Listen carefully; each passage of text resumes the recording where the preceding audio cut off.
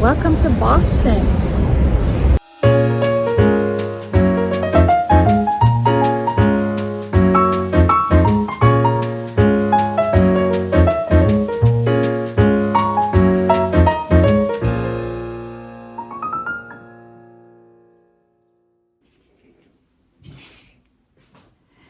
Hi guys, welcome back to my channel. So today we are talking about my trip to Boston.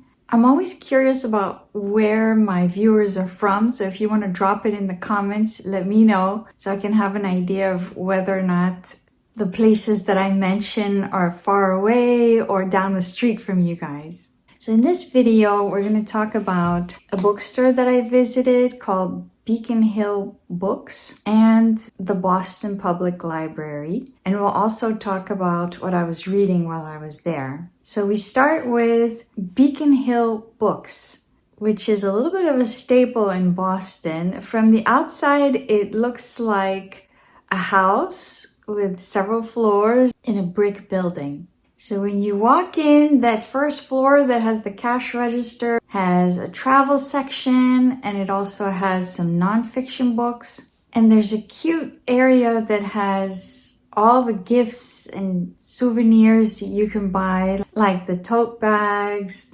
candles, and mugs. Then you go up the stairs to the second floor.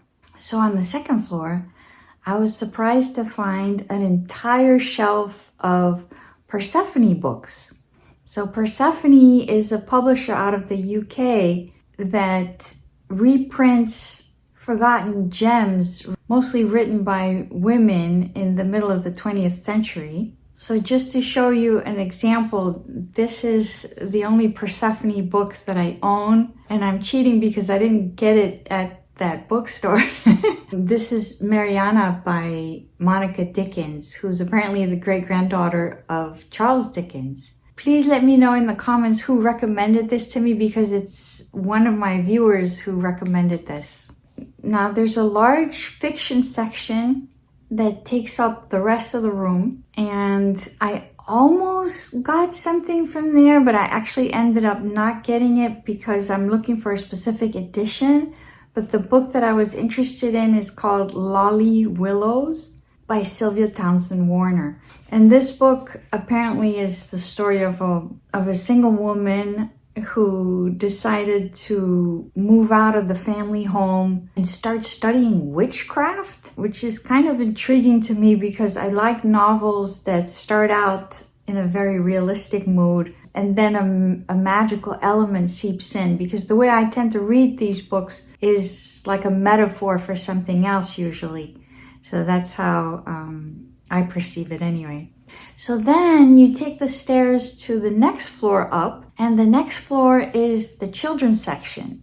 The children's section is very cute. They have this toy train that runs on the edge right by the ceiling. I don't think it was running when I was there, but it gives it a very welcoming atmosphere. After that, I was walking through the city, and I walked through what's called Boston Common, which is this beautiful park with fountains and trees, and there's a large pond in the middle. And then I walked through the city until I got to the Boston Public Library. Now the facade is quite beautiful, and when you walk in, you go up the stairs, and there's two lions on either side. These lions are so majestic. I think it's worth going there just to see those lions. So then I went upstairs, and the ceiling is beautiful. They have these marble columns. Then I went to the second floor, and right past this cute little marble statue, there was a reference room where you can actually sit and read. I chose this spot because I like the view from the window. There's a view of the church across the street. And then I found a seat, and I sat there with my book and read for a while. If you're curious about what I was reading at the library, this is the book I was reading, The Autobiography of an Ex-Colored Man by James Weldon Johnson. This was on my list of summer books, and it was definitely an excellent book. It was published in 1912. it's a fictional autobiography, which got me confused in the beginning because I thought that it was an actual autobiography. But I plan to get his actual autobiography and read it as well.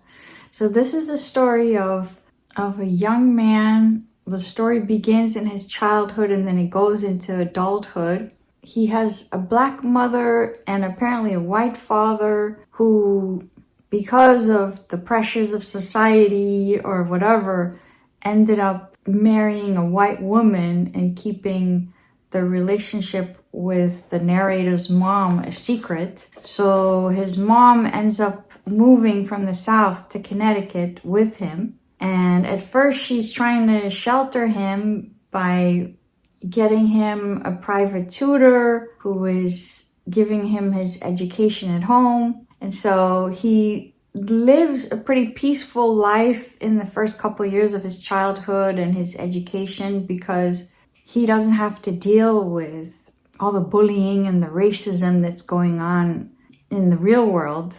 And then when he finally starts going to school, then things get more chaotic. But this is a really interesting exploration into what life was like in 1912. And what's interesting is at some point in the story, as an adult, he travels to Europe. So now he's giving you the perspective of what Europeans thought of Americans back then. And it's really interesting. I really enjoyed this. This was insightful, entertaining.